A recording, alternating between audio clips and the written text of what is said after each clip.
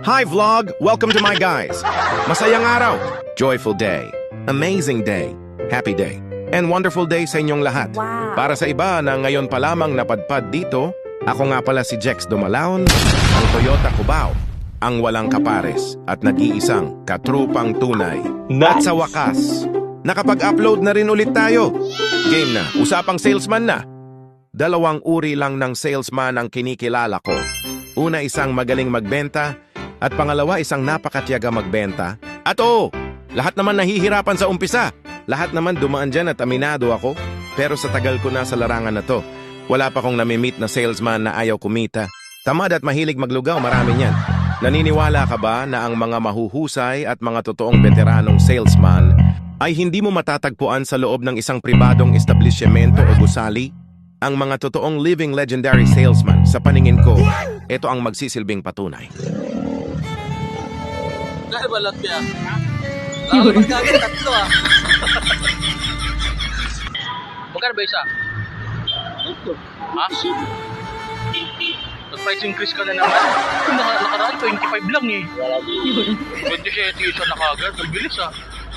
Price increase. What is sales? Supply and demand.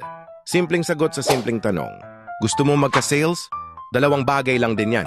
Maghahanap ka ng potential customer para sa produkto mo o customer ang maghahanap ng produkto mo.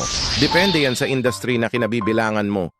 Halimbawa na lamang, car showroom, hardware, supermarket, gadget and appliance center, office supply, home furniture store, department store, sari-sari store. Isama mo na rin yung balot vendor kanina. Iba't ibang mukha ng salesperson ang makikita mo dito. Hindi lang basta selling area ang tawag ko dito. Isang malaking battlefield ang tingin ko dito. May mga kanya-kanyang weaponry yan. Lahat yan gumagana at pumuputok. Basta may mga salesperson ang bawat paninda. Asahan mo may gira dyan. Pero mamaya lang magkakasabay na ulit yan kumain. Kanya-kanyang diskarte para mapansin mo sila. Merong aggressive dyan, akala mo mauubusan ng customer. May pagka-white lies pa yung iba dyan. Ang gagaling mag-sales talk. Meron naman napakahusay, mag-suggestive selling. Isipin mo ha, bumili ka na nga ng baril, iabot pa sa'yo yung granada. At yung iba dyan may pagkahalimaw, ang hilig manulot ng benta. Marami kang mapupulot sa mga yan. Simple lang ang pananaw ko bilang salesman. Mahalin mo lang ang produkto mo. Higit ano pa man. At syempre dapat, gusto mo rin ang ginagawa mo. Maayos at presentable ang paninda mo. Yung madaling mapapansin. Dapat iisa lang kayo ng nire-representa mong produkto. Kahit anong mangyari. Magalit man yung competitor mo sa'yo dahil sa sobra mong buhaya. Okay lang. Magkakaiba lang tayo ng inaalok, pero iisa lang ang ikot ng bituka natin. Pareho lang naman tayong gusto makasurvive araw-araw. Palagay ko nga, nag-iba lang ako ng uniforme, pero hindi ng prinsipyo ko pag-usapang benta. Walang sino man ang makakapagbuklod at pwedeng maglagay ng hangganan sa pagiging salesman mo. Walang boundary yan. Maliit man o malaki ang binibenta mo, yung napapagaan mo ang buhay ng tao at nakakatulong ka sa consumer. Isang malaking factor para matawag kang salesman. Nasa isang bangka lang tayo at marangal na trabaho yan. Nakangiti kong sasabihin sa inyo na minsan din akong naging isa sa kanila. Kung saan sila nakatayo ngayon. Kaya saludo sa inyong mga sales lady, sales promoter, sales representative, promodizer, sales consultant, sales agent, salesman, at magbabalot. Maraming platform dyan na pwedeng makatulong sa'yo. Ang SOCMED, 24/7 nakabukas yan. Kailangan lang mag-materialize lahat ng ginagawa mo. At take note, walang kumikita sa saradong tindahan. Isa yan sa pangunahin source of sales ngayon. Mag-online ka lang lagi, pero iba pa rin ang ahenteng kayang humanap ng prospect. Sa labas ng comfort zone na yan, nasa field talaga ang mga potential buyer na naghihintay lang ng tamang tao para sa mga kailangan nila sa buhay. A good salesman is one who can sell himself before selling his product. Matuto kang i-offer ang sarili mo bago ang produkto mo. Pag nakuha mo ang loob ng customer, madali mo na silang mako-convince sa product mo. Napaka-effective ng technique na yan.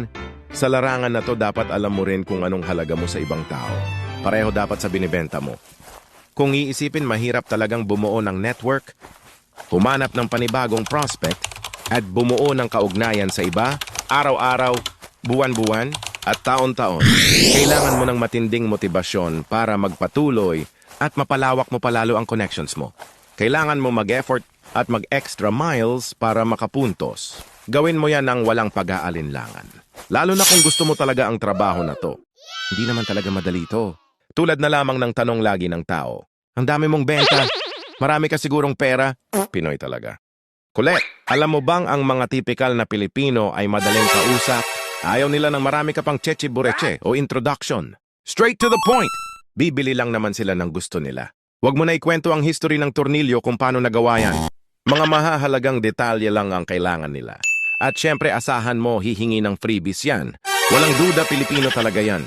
Nasa Pilipinas ka kung saan ang maliliit na bagay ay isang mababaw na kasiyahan, Pinoy, na laging nakakakita ng dahilan para maging masaya. Kaya sa mga aspiring dyan, at gustong pasukin din ang larangan na to, ngayon pa lang i-meet mo na lahat ng klase ng tao sa mundo, aralin mo ang kultura, paniniwala, mga kasabihan, mabuti, masama, maarte, plastik, totoo, sinungaling, kapitbahay mong masayahin, pinsan mong loko-loko, kaklase mong mapanghusga, kapatid mong nonchalant, mahiyain mong parent, asawa mong enthusiastic, at kaibigan mong demonyo. Maging high-value person ka upang makaupo ka at masanay na makasama sila sa isang lamesa na kung saan wala masamang tinapay sa paningin at sikmura mo. Ang makilala sila ay isa sa pinakamasayang parte ng pagiging ahente. Mahaba-habang taon din o baka abutin ka pa ng dekada bago mo ma-realize kung gaano kaimportante ang komunikasyon. Di mo kailangan ng instrumento para ma-win back mo sila. Sapat na maging totoo ka at good listener. Maging kalmado sa lahat ng transaction at magtiwala lang lagi sa proseso dahil ang totoong kailangan mo lang ay ang pagyakap sa realidad habang dinadala mo sila. Lalong tumatagal, mapagtatanto mo rin sa sarili mo na hindi isang problema kung paano mo isisintas ang sapatos ng iba sa sarili mong mga paa. Sana may napulot kang aral sa pinagtagpitagpitong karanasan. Happy selling sa'yo. Maraming salamat, mga katrupang tunay. Hanggang sa muli.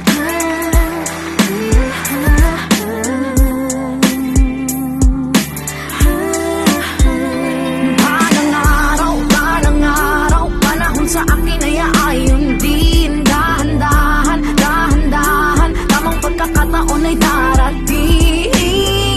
Naghahandang ibigay ang lahat upang makuha.